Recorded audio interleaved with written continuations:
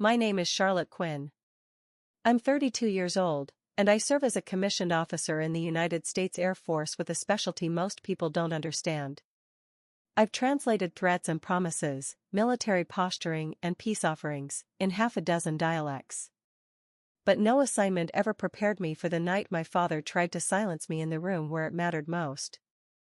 The diplomatic dinner was supposed to be symbolic, half strategy, half ceremony. The Pentagon had sent our Pacific Command delegation to host Chinese military attaches at Yokota Air Base.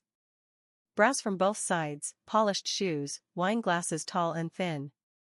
The kind of place where people smiled with only their mouths.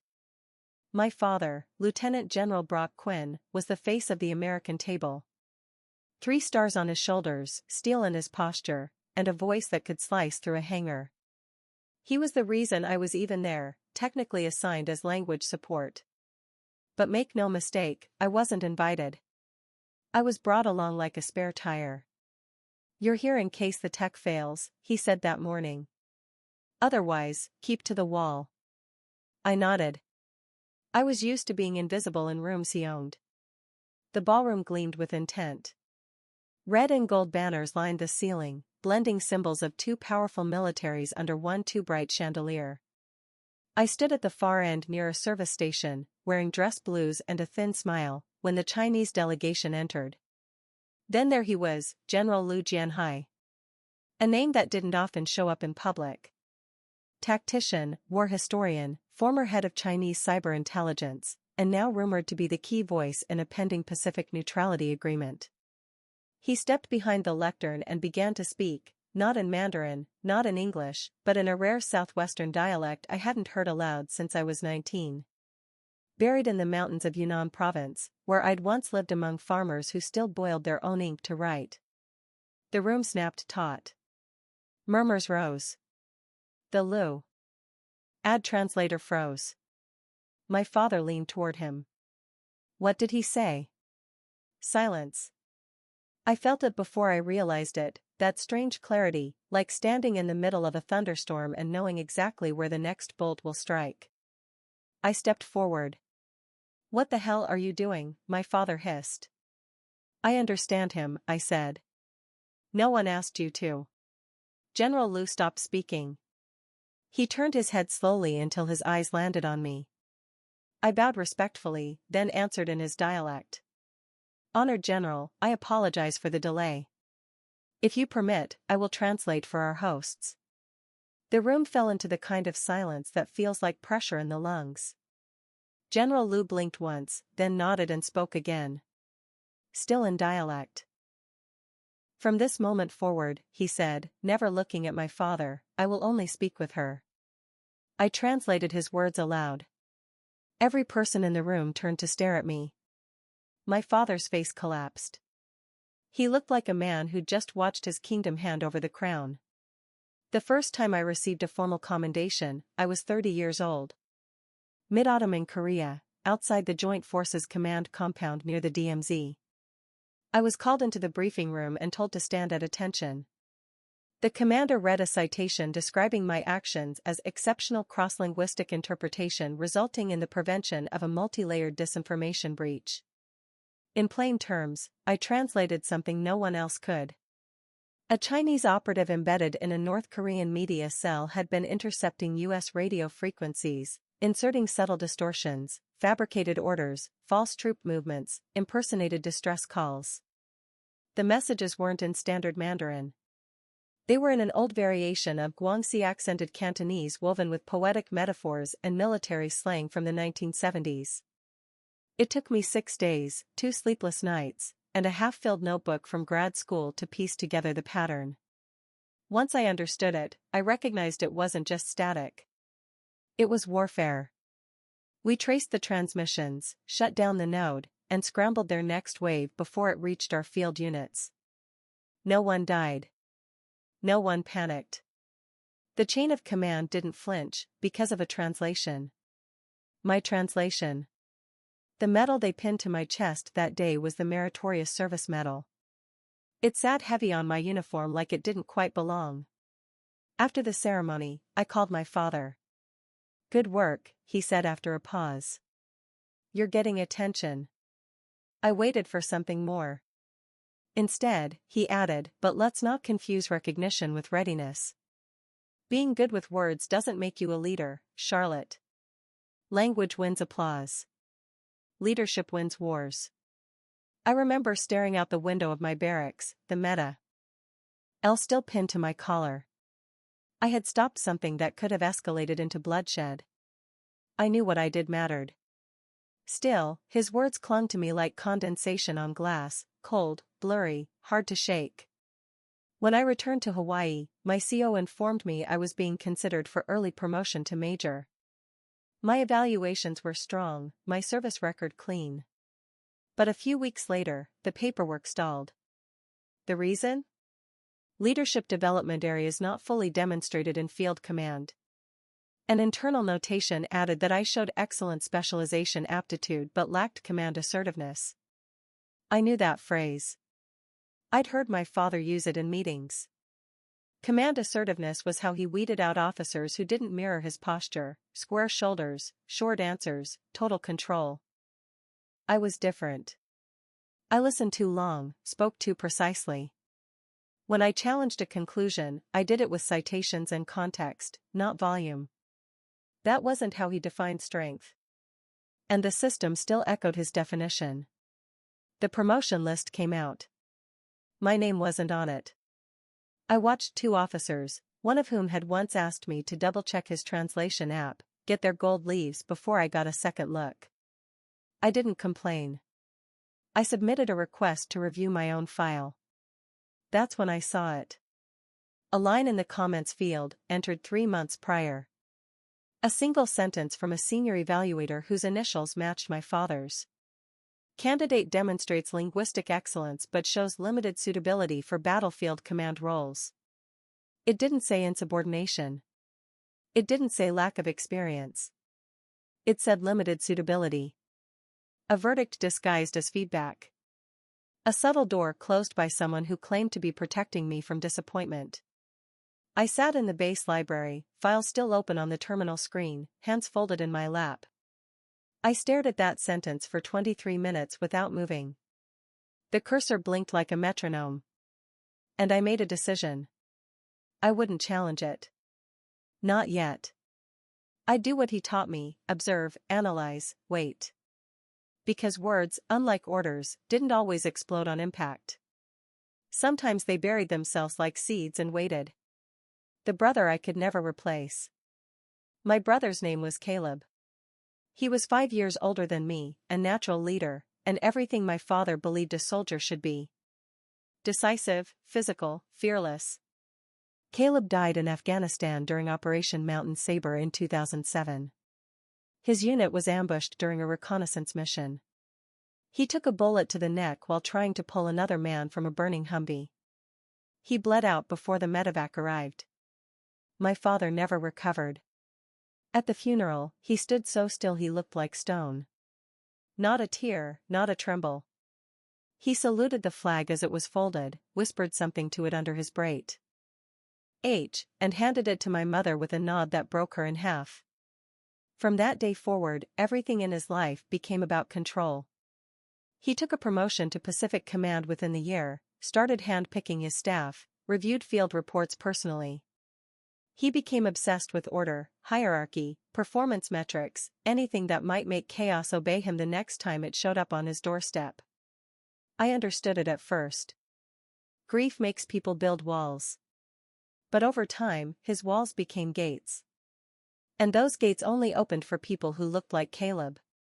That never included me. I didn't serve in combat arms. I didn't command ground units. I didn't carry scars on my skin. I studied syntax and subtext.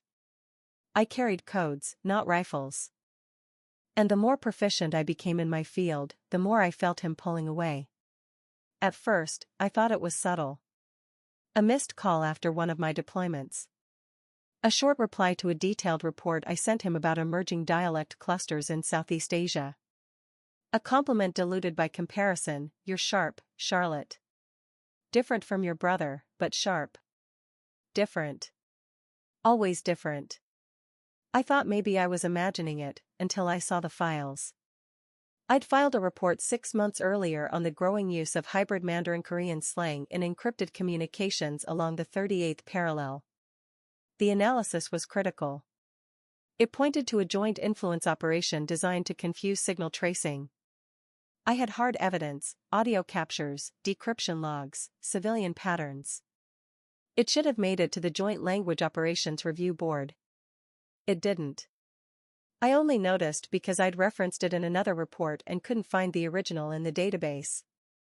When I checked the audit logs, the record showed it had been archived manually, not for clearance reasons, but for lack of relevance to strategic ops. The archive note was signed off by someone from PACOM with level 5 clearance. That narrowed it down to 5 officers. I cross-checked their review patterns, looking for anomalies. 4 of them had consistent protocols. 1 didn't. My father. He had removed my report from circulation. And it wasn't the first. I spent 3 weeks combing the system during my off hours. I found 3 other documents I'd authored, each raising cultural or linguistic flags tied to psychological operations, that had been marked internal only. The common thread? All had been scheduled for interagency briefing reviews. All were pulled just short of submission. All passed through my father's desk. It wasn't accidental. It was deliberate containment. He wasn't just gatekeeping my career. He was shielding the institution from voices like mine, voices that questioned assumptions, that interpreted silence. The T didn't shout to be heard. I didn't confront him. Instead, I made copies, backups, metadata, download logs. I began documenting everything. Not to build a case yet, but to build clarity. I needed to be sure I wasn't letting resentment drive me into paranoia. And in truth, I wasn't angry. Not yet. I was sobered, like a child realizing the tooth fairy was just her dad with $1 and a flashlight. He had always preached meritocracy. Earn it, he'd say. No one owes you a damn thing in this world. But now I saw the quiet irony of it. The system he worshipped wasn't broken. It was rigged, just subtly enough to feel fair. And for him, keeping Caleb alive meant keeping me small. If I rose too far, if I proved too visible, it threatened the neat order he'd built around his grief. His son, the hero. His daughter, the translator. He couldn't lose Caleb again. So he made sure no one else ever replaced him, especially not me. The language that changed everything. I lived in Yunnan province for 3 years. The orders came after I completed my graduate coursework, an exchange program between allied military education institutions. Most of my peers chose Western Europe. A few went to Japan. I asked for the Chinese interior. Not Beijing. Not Shanghai. I wanted the places in between, the ones you don't see in policy briefings. Yunnan wasn't a posting. It was an immersion. I was stationed near Kunming, embedded with civilian language scholars through a joint cultural partnership. My military role was advisory, mostly symbolic. The real mission for me was observation and learning. I didn't learn Mandarin in a classroom. I didn't study it under fluorescent lights from professors reading the same syllabi since the Cold War. I learned it the way a child learns their first language, through proximity, repetition, and silence. I sat with tea vendors at dawn, watching the streets come alive in tones and textures. I helped an old woman sweep the steps outside a Taoist temple for 6 months before she let me see the inscriptions hidden under the altar stones. I spent long weekends translating market signs and handwritten menus, comparing regional characters that no longer appeared in printed texts. And slowly, I began to hear something I'd never heard before. Not just words, but intention. Mandarin isn't a language that rushes. It has pauses that mean more than phrases. The way a speaker exhales between clauses tells you what they've decided. The cadence of a greeting can signal a threat, an invitation, or a dismissal, depending on which province shaped the speaker's jaw. In one village, I spent hours listening to three elders argue about politics in a dialect so dense with idioms that even native Mandarin speakers might miss the meaning. But I understood it, because I'd watched how they poured tea before they SPO. Who looked down? Who laughed with their teeth? Who didn't? That's not something they teach at War College. At War College, they teach negotiation structure and strategic posture. They teach conflict modeling and psychological ops. They teach you how to measure the value of a target, not the value of a pause. I remember one afternoon back at HQ. We were conducting a simulation of bilateral talks with a hostile language component. One of the instructors asked us to identify soft leverage points in the opposing delegation. I raised my hand and said, if we analyze the general's speech cadence, particularly his use of non-standard tonal endings, we can predict when he's masking discomfort. That's when pressure should be applied, not during the formal pivot, but immediately before. There was a long silence. Then a snort from the back of the room. A colonel muttered loud enough for everyone to hear, Jesus. Sounds like she's reading horoscopes. The room laughed. Even the instructor smirked. That was the echo motif of my career. Language is for support, not for strategy. Interpretation is supplemental, not essential. If you can't shoot it, bomb it, or brief it in bullets, it's fluff. So I smiled, took notes, and filed the humiliation away with the others. I didn't argue. I let them underestimate me. It was easier that way. Because eventually, I'd be in a room where the language would matter more than the rank on anyone's chest. And when that day came, I wouldn't need them to believe me. I'd just need them to listen. The warning I ignored. 3 days before the diplomatic dinner, I received a message, classified limited distribution. It was routed through Joint Language Ops, flagged with an amber-level clearance tag. I read it in my secure inbox, sitting alone in the comms room at Hickam Field. The subject line was cryptic, Behavioral Protocol L. Inside was a short paragraph written in sanitized military phrasing, but the message was unmistakable. Subject L has a known history of utilizing non-standard dialect as a screening mechanism in strategic engagement environments. Expect use of rare Mandarin variation. Objective appears to be probing of adversary response readiness. Do not initiate translation unless officially prompted. Direct interpretation must be pre-cleared via chain of command. Subject L was General Liu Jianhai. That wasn't a surprise. He was notorious in the inner circles of military linguistics, less for his public operations and more for the traps he laid for those who underestimated the power of miscommunication. During his tenure in the People's Liberation Army Strategic Support Force, Liu had built a covert information framework that relied on cultural disorientation, deliberate confusion through dialect. He'd once derailed a summit by delivering an entire opening speech in Min, a dialect so obscure that the official translator confused reunification with retaliation. That error cost 6 months of negotiation. So when I saw the briefing, I didn't panic. I understood immediately what it meant. Liu was going to test us. And I was ready. What I didn't expect was the second message. An hour later, a follow-up alert pinged through my secure channel. Priority override, Pacific Command HQ. The message was only 2 lines. Lieutenant Quinn will attend in observation-only capacity. No linguistic intervention authorized without explicit direction. Maintain protocol compliance.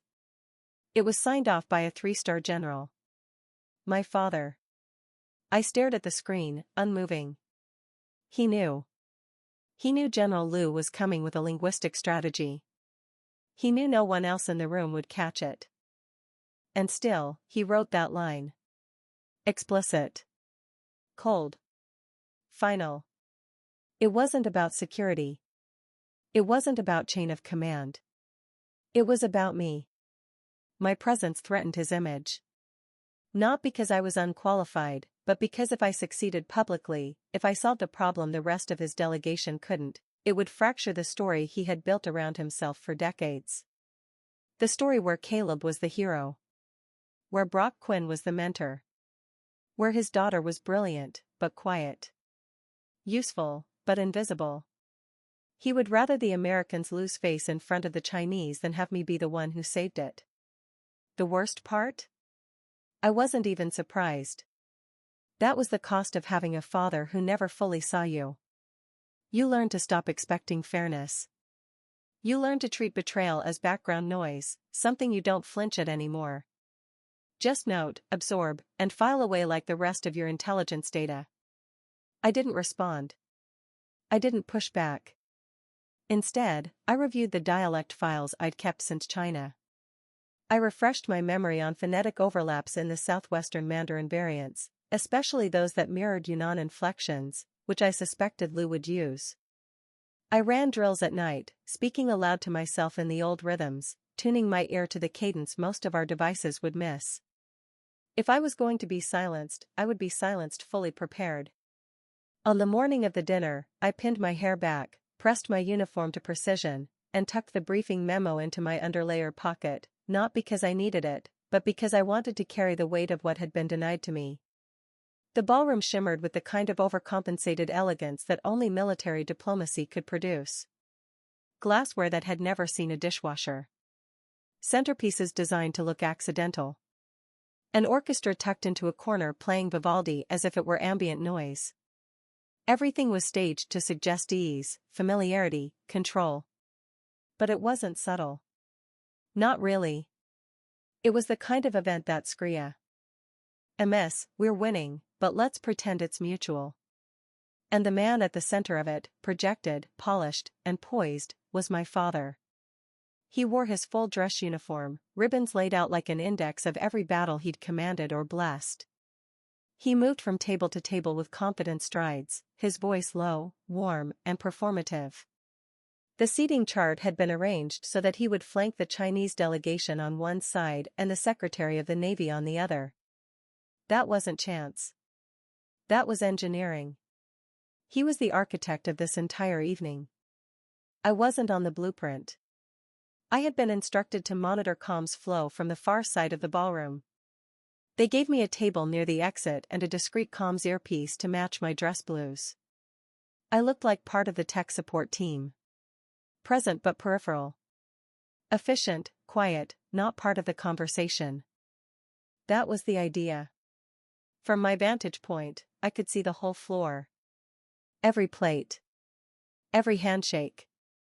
Every micro-move of posture. I watched our side lean forward too quickly. I watched theirs hold still a beat too long. The diplomats danced in smiles, but under the music, I heard something else, tension held by thread and theater. Then the Chinese delegation arrived. General Liu Jianhai entered last, surrounded by his aides. He wasn't tall, but his presence reshaped the air. He didn't smile. He didn't pretend. His eyes scanned the room like a man used to reading classified maps upside down and under pressure. And when his eyes landed on me, they paused. It wasn't long, half a second, maybe less, but I felt it like a sonar ping hitting something unexpected. He whispered something to the aide on his right, who nodded once, and then looked back at me, too. Foreshadowing has a rhythm if you're trained to hear it. And in that moment, I didn't hear threat. I heard calculation. The orchestra stopped first, mid-note, as if a string had snapped. Then came the silence that follows a dropped glass in a cathedral. General Liu Jianhai stood behind the podium. He had declined all introductory remarks, had brushed off the interpreter's offered headset. Instead, he lifted a small hand-folded sheet of paper from his inner jacket pocket and opened it with care, like one might unfold an old prayer. And then he spoke. The language that came out wasn't the polished Mandarin of Beijing.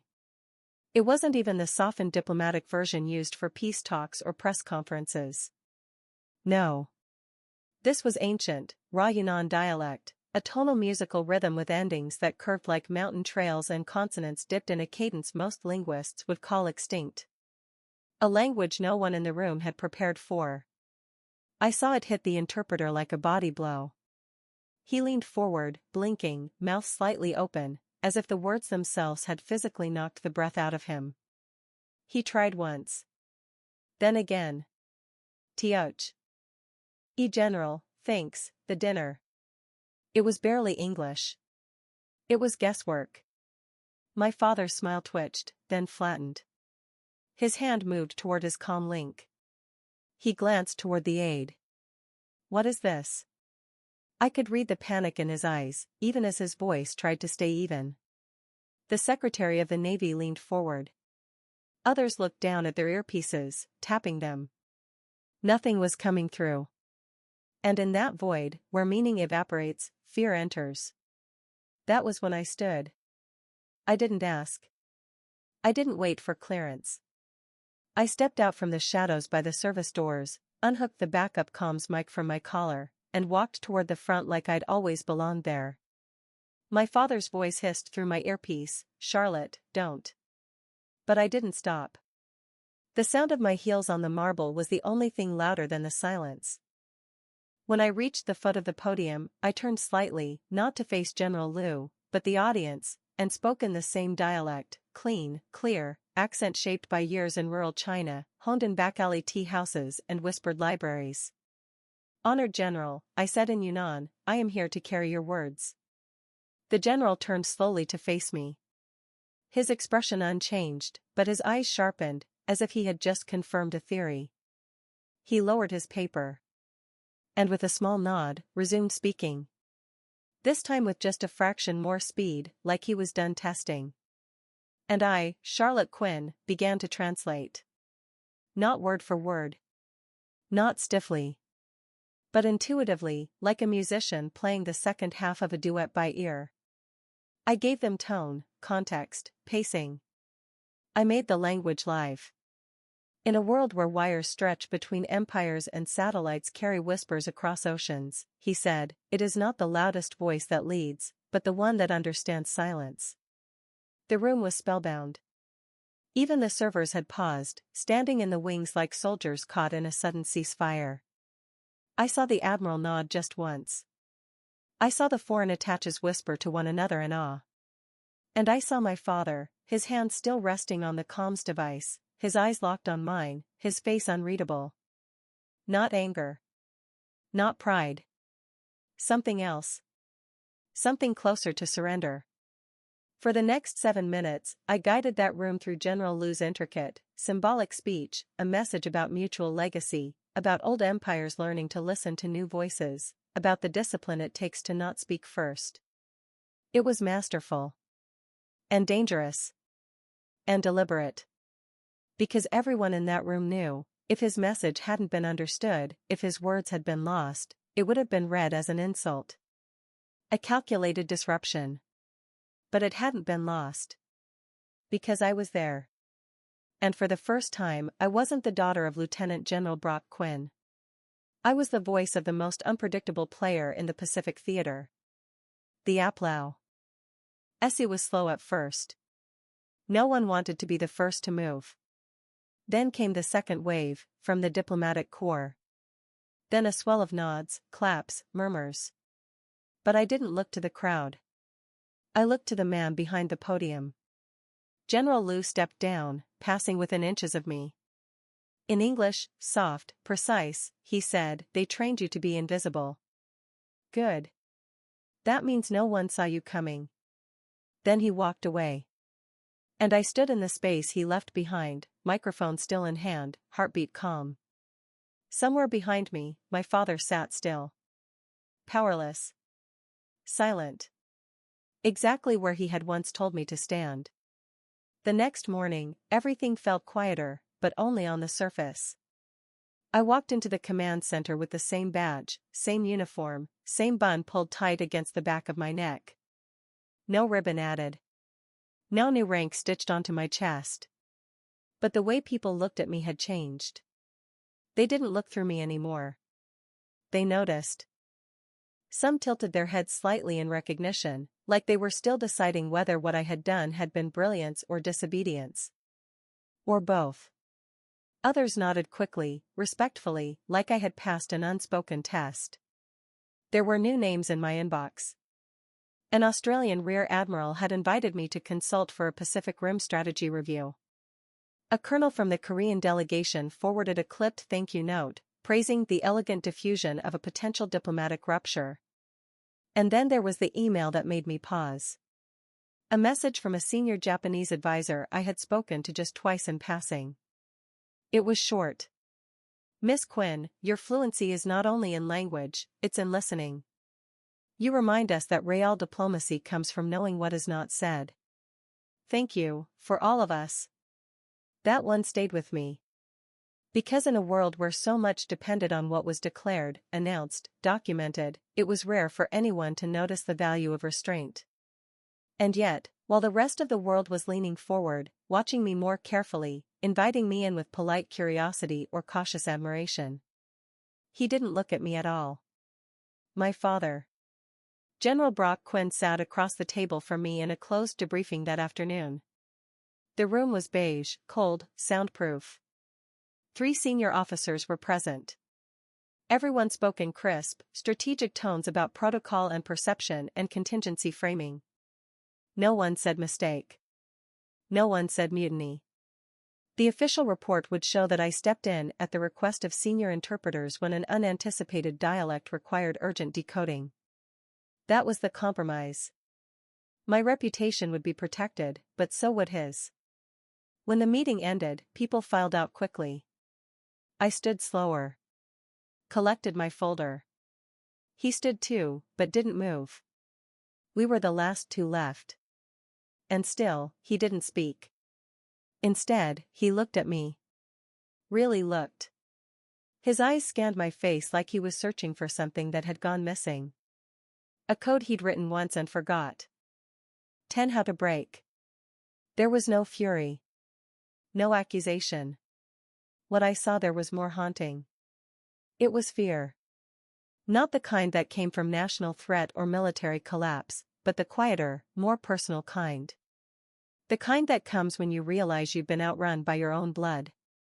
That I was no longer under his shadow. I was beyond it. And that was what terrified him. It wasn't the speech. It wasn't that I spoke up. It was that the world listened. And maybe, that I never asked his permission. I didn't say anything. I didn't explain myself or apologize. I just met his stare and held it calmly, like I had nothing to prove anymore. Because I didn't. I walked past him, the scent of his old aftershave, sharp menthol, unyielding, still lingering in the air. And in that moment, I thought back to a memory I hadn't touched in years. I was 10. We were in his study, and he was polishing a saber mounted on the wall. I asked him why he never let me touch it. He said, because power isn't something you hand to someone. It's something they earn. And once they have it, no one can take it back. At the time, I thought he was talking about his rank. Now I knew he had been talking about control. And that night at the diplomatic dinner, I had taken it from him, without force, without demand. Just by being who I was meant to be. Without waiting for his nod. That scared him more than any enemy ever could. The official summary of the diplomatic dinner was released 2 days later. A clean 7-page PDF. Headers in bold. Statements quoted. Diplomatic gestures highlighted. Strategic implications softened with vague, polished language. It read like every other declassified memo, crafted for public perception and bureaucratic record. But when I skimmed the distribution list and glanced through the contributor section, something caught me. My name wasn't there. Not as a translator. Not as an advisor. Not as an attendee. Nowhere. I refreshed the portal. Checked the metadata. Downloaded a second version in case the first had been cached wrong. Still nothing. I checked the draft log. Cross-referenced the clearance trail. It was subtle, but not accidental. Every other officer who had spoken during that night, even briefly, had been listed. Even the catering liaison was mentioned by title. But the voice that translated the most high-stakes foreign address of the evening? Mine. Conspicuously absent. I clicked through to the approval log. It showed 4 digital signatures authorizing the final release. The last one, Lieutenant General Brock Quinn. My father. Of course it was. I leaned back in my chair. Exhaled once. Not with rage. Not even disappointment. That had passed. What settled over me now was a kind of clinical clarity. This wasn't about shame or oversight. It was a move. A message. He didn't yell. He didn't confro. NT me in private. No passive-aggressive comments in the hallway or correctional memos. Instead, he did what he always did. He erased. He had always believed power meant controlling the narrative. And this time, the narrative that threatened his image the most was me. I didn't react. Not visibly. But something shifted inside me, finally, fully. I opened my locked drawer and pulled out the slim navy blue folder I had started weeks ago. It was marked only with a small sticker, QC, class. A joke at first. But not anymore. Inside were records. Digital timestamps. Copies of past evaluation reports. Screenshots of approved recommendations for promotion, ones that had inexplicably been rescinded before processing. I had long suspected my file had been tampered with over the years. My performance scores never aligned with the delays in advancement. My colleagues used to joke about bureaucratic black holes. But now I had names. Logs. Gaps. And now I had motive. I didn't go public. I didn't storm into his office. I didn't even raise it with the board. That would have given him the reaction he expected, something emotional, something that proved his theory that I was too impulsive, too sensitive, too unsuited for command. No. I made an appointment. Not with him. With legal. I met with a military attorney, Captain Dana Flores, JAG Corps. She was sharp, calm, with a mind that filed details as efficiently as any intelligence server. I laid everything on the table. The disappearing reports. The unsigned promotion trails. The mismatched records. The chain of command breaches that quietly circumvented proper acknowledgement of my work. And the fact that in every instance, one name appeared in the authorization log before the files changed course. My father's. Captain Flores listened. Didn't interrupt. She asked for access to the portals I mentioned. I had already created a secure dossier, with passwords, dates, and side-by-side comparisons. When I finished, she looked at me and said, "This isn't career sabotage. It's institutional abuse of authority. You understand what you're walking into." I nodded. "I'm not trying to bring him down," I told her. "But I'm done being erased." She asked one more time if I was sure. I was. Because what he did wasn't just silence. It was rewriting truth. He'd counted on the fact that I wouldn't push back. That I'd rather preserve family dignity than expose unethical conduct. That I wouldn't risk my future just to demand a proper past. And for years, he was right. Until now. The complaint was filed internally. Classified under sealed review. I didn't talk about it. I continued my assignments as if nothing had shifted. Attended meetings. Submitted reports. Stayed late. Left early. Always meticulous. But in the background, a process had begun. I had placed a mirror in front of the system, not to burn it down, but to show what it had chosen not to see. I wasn't seeking revenge. Not in the way people imagine it. Scorched earth. Career-ending drama. What I wanted was clarity. What I demanded was correction. Because you can't build integrity on top of omission. And the legacy he protected at the expense of my own had been built on silence I no longer intended to maintain. He thought I would be too grateful, too loyal, too cautious to ever challenge him. But he had forgotten one thing. I speak many languages. And the one I know best is truth. The investigation. The morning the internal investigation was formally announced, I was already at my desk. The announcement came not through a dramatic public reveal, but as a simple encrypted message in my secure inbox. Subject: Article 138 Proceedings initiated. Attached was a notification of inquiry under Uniform Code of Military Justice Guidelines. It was brief. Clinical. But behind those words, I knew a tremor had begun. I didn't speak to anyone. I didn't alert the press. I didn't post cryptic messages or quote justice on social media. I let my work speak where my voice had once been buried. Let the paper trail, the one he thought I'd never gather, carry the weight. The investigators didn't come to me with praise. They came with protocols. Background checks. Timeline confirmations. Interviews conducted behind closed doors, guarded by discretion. I wasn't asked to testify. Not yet. I was listed only as the initial complainant. A source. Not a daughter. Not a victim. Not a rebel. Just the first in line. By the end of the second week, 2 more reports had been filed. The third came from a woman I barely knew, Major Eliza Tran. She worked in defense attaché. Our paths had crossed once in a strategy simulation years ago. I remembered she was brilliant, precise, and visibly tired every time we spoke. I never knew why, until she filed.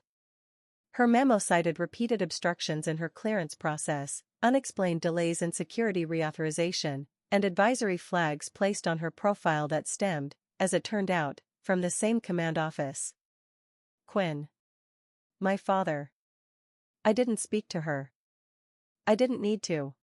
She left a note inside her submission, which eventually found its way to me through a quiet channel. You stood up first. So now I'm not standing alone.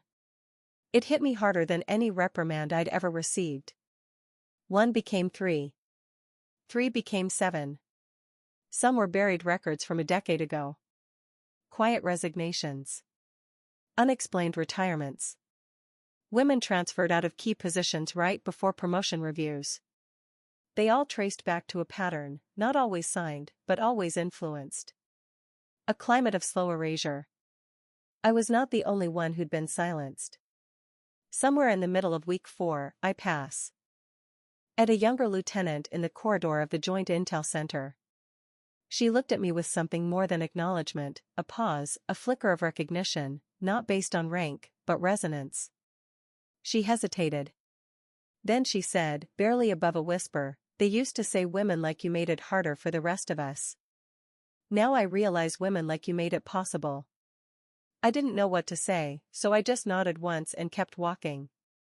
I kept my silence, but not out of fear this time. I was watching something else emerge. A language that had always been spoken in the halls, suppressed, redirected, ignored, now being heard. Not because it was loud. Because it was consistent. I reviewed my documents each night. Redacted nothing. I added a few more timelines I had forgotten. I submitted them without commentary. I wasn't seeking vengeance. I wasn't trying to destroy his legacy. I was uncovering the invisible system beneath his protection. A structure built on fear, loyalty, and the assumption that no one would ever question a decorated general, especially not his daughter. But they were questioning him now. And they weren't doing it because I shouted. They were doing it because I whispered, with proof. A retired colonel, female, submitted a statement. Her record showed she'd been recommended for brigadier general in 2013. The recommendation was quietly withdrawn. She never knew why. It was my documentation that helped her realize what had happened.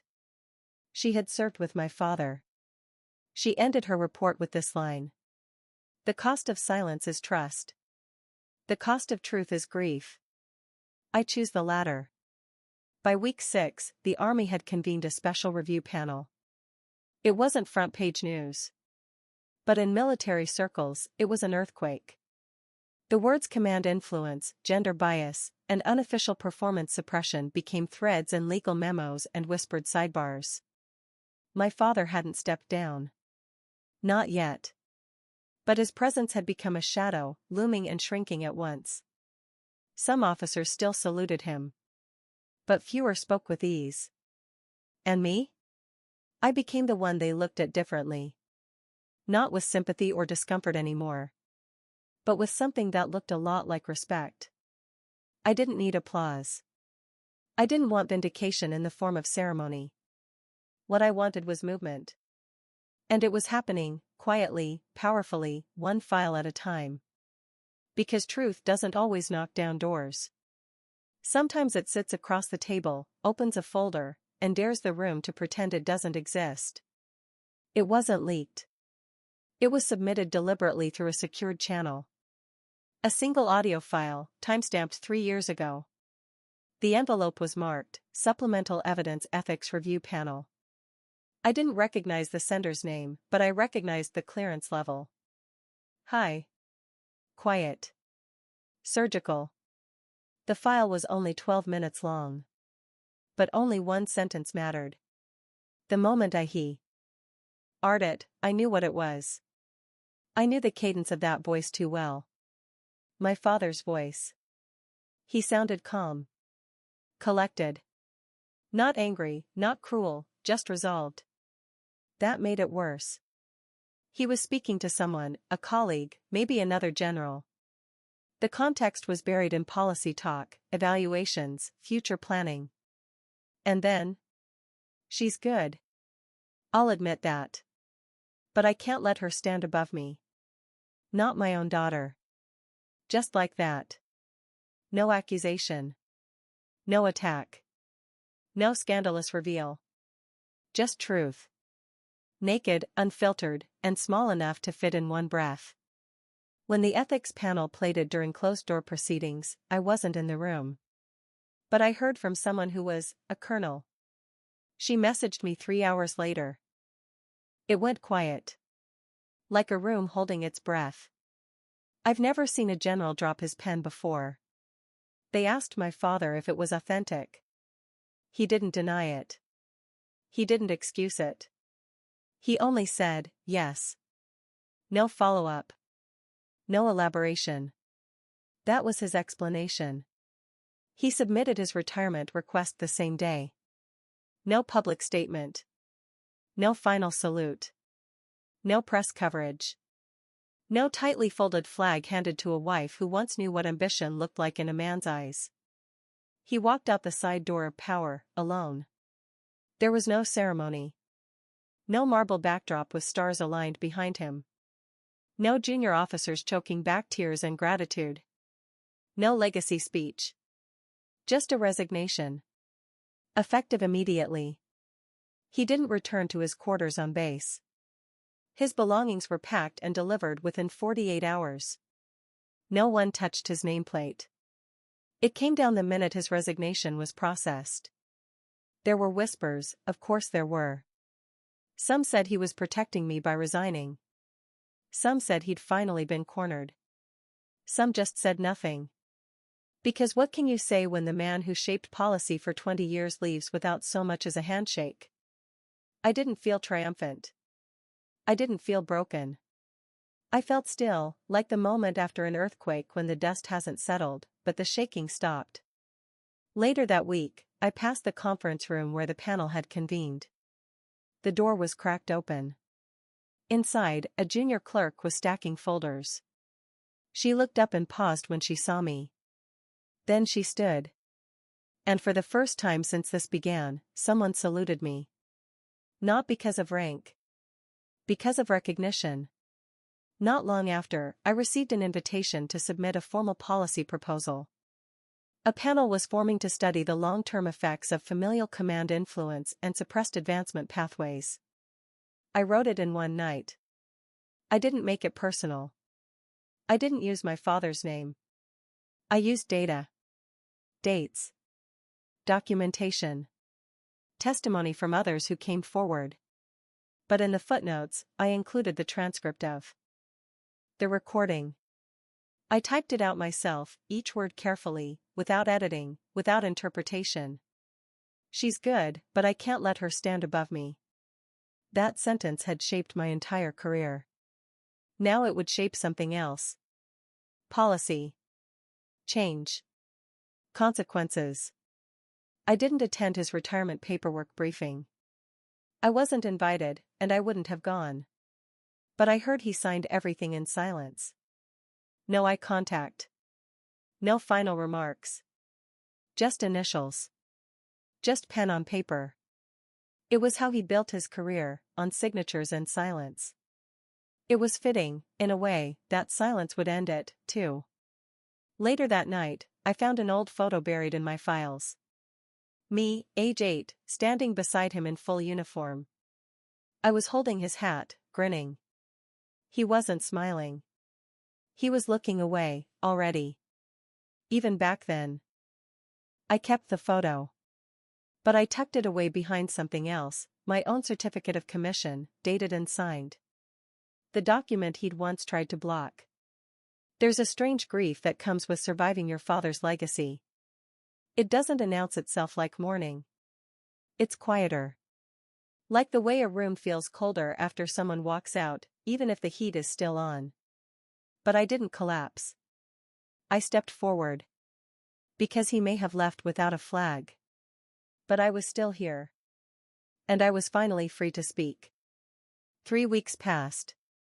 I was in my quarters, halfway through reviewing a new set of regional dialect threat assessments, when the envelope arrived. No insignia. No forwarding label. Just my name. Handwritten, in a script I hadn't seen in years. His handwriting. I stared at it for a long time, longer than I care to admit. My fingers hovered over the seal like the paper might burn. It didn't feel like an ambush. It felt like a breath. One last breath, folded into paper and sent from silence. Inside was a single page. Thick stock. Slightly uneven edges. No return address. No preamble. He had written it in pen.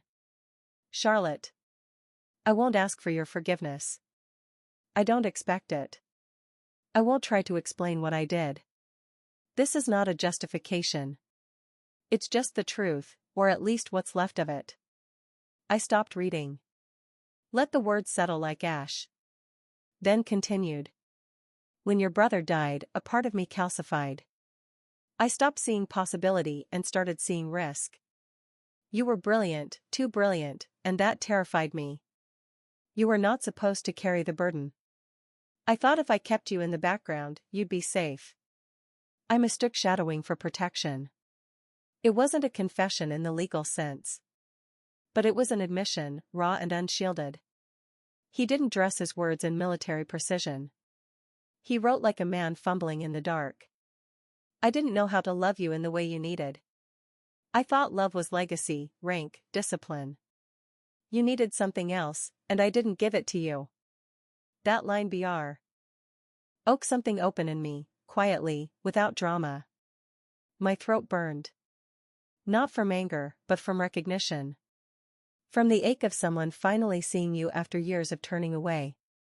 He continued. Every time you spoke a language I didn't understand, I felt myself shrink.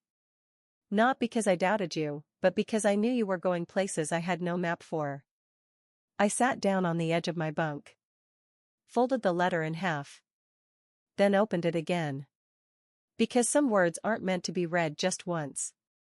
Some truths deserve the sound of paper creasing beneath your fingers. I didn't know how to raise a daughter who could outpace me. That was never modeled for me. But that doesn't mean you didn't earn everything. You did.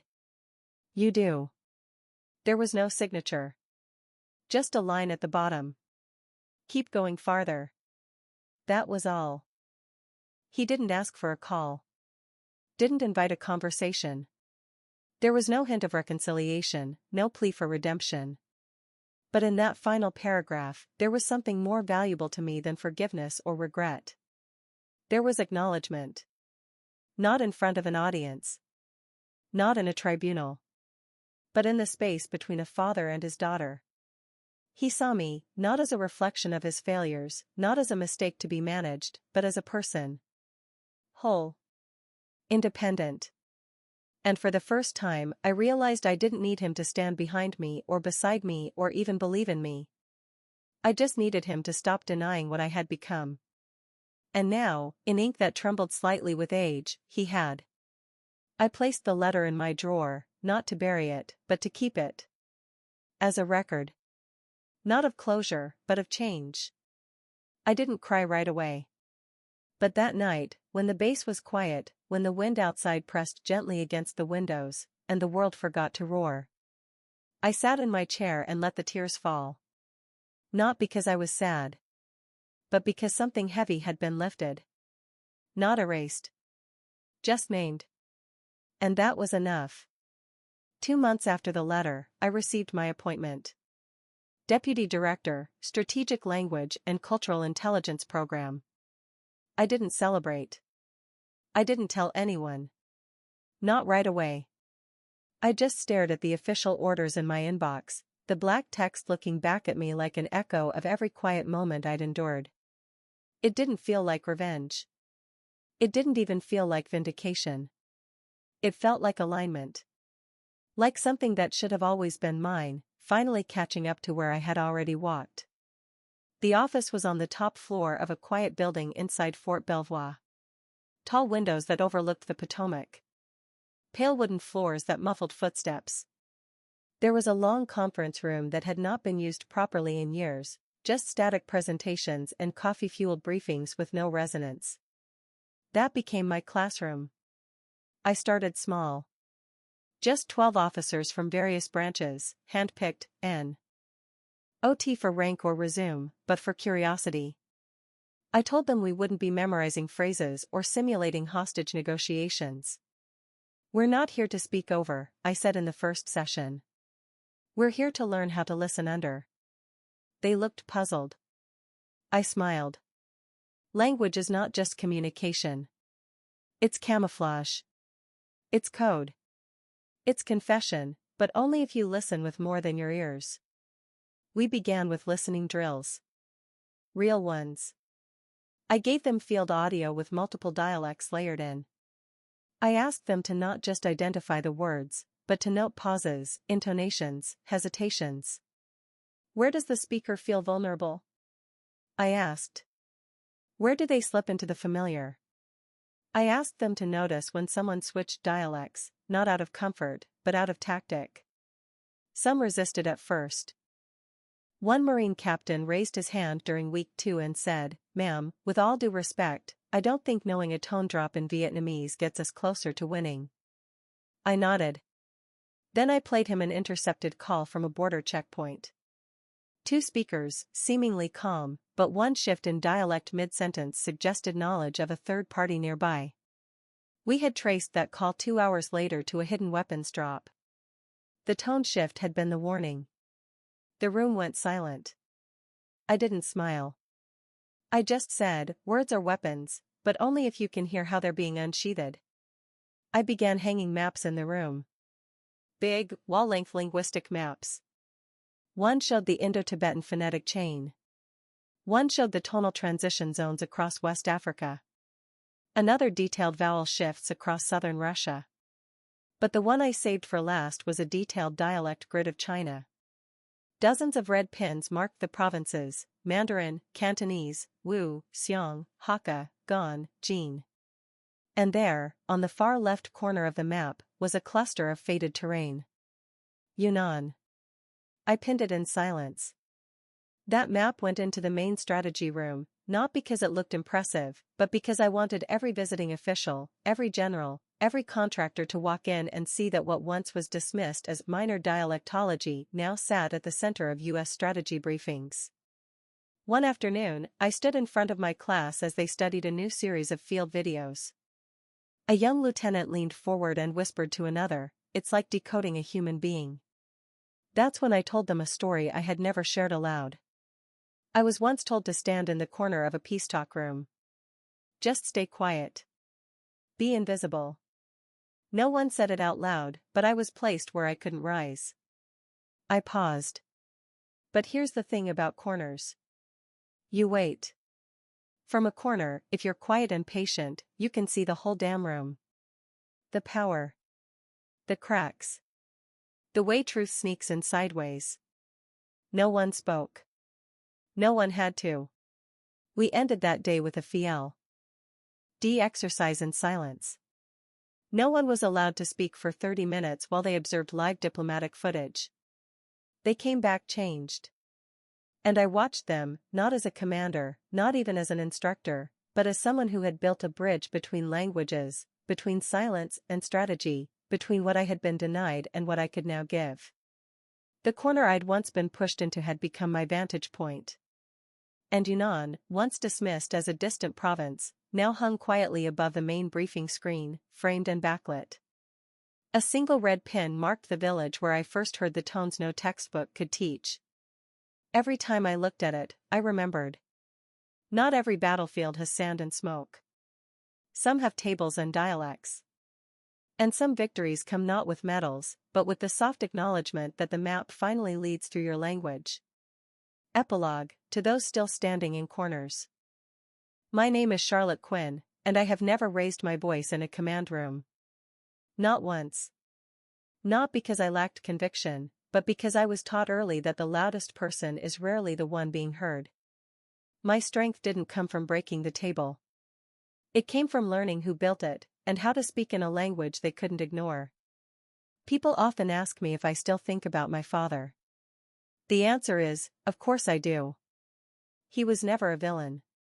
He was a man of his generation, hardwired to believe strength meant control, not comprehension. He feared what he couldn't guide. He mistook my autonomy for threat. But I do not hate him. He was a soldier. And like many soldiers, he believed in the chain of command more than the chain of trust. I understand that now. Still, understanding does not excuse silence. If I had waited for someone else to see me, to promote me, to speak up for me, I would still be standing at the edge of that negotiation table, headset in hand, watching men tell each other stories they didn't understand. No one was coming. Not for me. Not for the other women whose reports disappeared. Not for the officers who spoke rare languages that never made it to briefing decks. Not for the quiet ones who could read the air better than they could raise their voice. So I stood up. Not with anger, with fluency. With preparedness. With patience. I stood in a dialect no one expected. I let my words shape the room. I let my training and my history do what rank had not yet done, make them see. Now, when I walk into a room, there is no introduction needed. People turn. People listen. Not because I'm someone's daughter, but because they know I'll say the one thing they've overlooked in the one language they forgot to study. I became the voice I once needed. And I carry that with me for others who are still standing silent at the edge of rooms, waiting to be asked. Let me say this to them now. You do not have to yell. You do not have to perform. But you do have to speak. When it matters, in the way only you can. It might be in a briefing room. It might be in a courtroom. It might be at the dinner table, surrounded by people who still don't know your worth. Speak anyway. Even if your voice shakes. Even if your father signs the orders that erase your name. Even if the room doesn't stop when you enter. Speak. Because somewhere down the line, someone will hear it. Not just the words, but the weight behind them. And that might be all they need to finally step forward, too. I am not the daughter he wanted. But I am the officer I was meant to become. And in the end, that's what mattered. Not for applause, but because some of us were born to speak softly and still change the course of a room. If you've made it this far, thank you for listening. Because this part, the final part, isn't really about me anymore. It's for the ones still standing in the corner. To those who've been passed over, who've been asked to wait their turn, who've been told they're too quiet, too different, too much of something or not enough of everything. This is for you. I want you to know this. If you carry something rare, something true, something the room doesn't yet recognize as valuable, don't wait for permission to step into the light. Don't wait for a stage. Don't wait for a nod or a hand reaching back. Sometimes no one is coming to call you forward. You'll have to rise on your own. And when you do, it won't be dramatic. No fireworks. No music swelling. It will be one sentence said clearly. One report written with care. One moment when everyone else hesitates, and you don't. That's when the room will shift. Not because you shouted, but because the truth you've carried quietly has become too real to ignore. I carried mine for years, my language, my instincts, my perspective. Through briefings where I wasn't listed. Decisions where I wasn't asked. But I carried them anyway. And when the moment came, I did not raise my voice.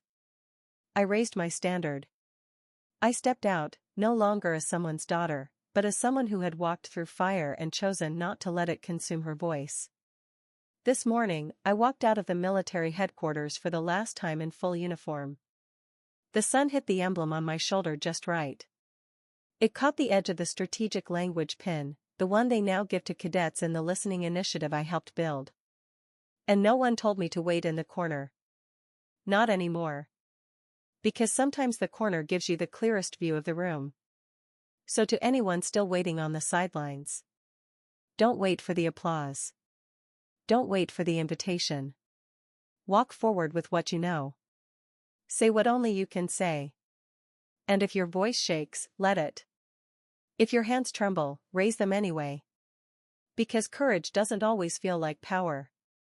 Sometimes it feels like finally refusing to be edited out. Sometimes it's just the act of being full. Undeniably present. So I'll leave you with this. If you know you carry something precious, don't wait for the room to change. Be the reason it does. Before we say goodbye, we'd love to know, where are you watching from? Is it a quiet morning with a warm cup of coffee, or a late night where stories like this keep you company? Let us know in the comments. We read every one with gratitude. And if this story touched your heart, please consider subscribing to The Final Watch. Not just to hear more stories like this, but to be part of a community that still believes in courage, resilience, and the power of speaking your truth. Thank you for spending your time with us today. Wherever you are, we hope you carry this story with you. And remember, sometimes the miracle doesn't knock on your door. It waits quietly until you're ready to open your heart. Take care, and we'll see you in the next story.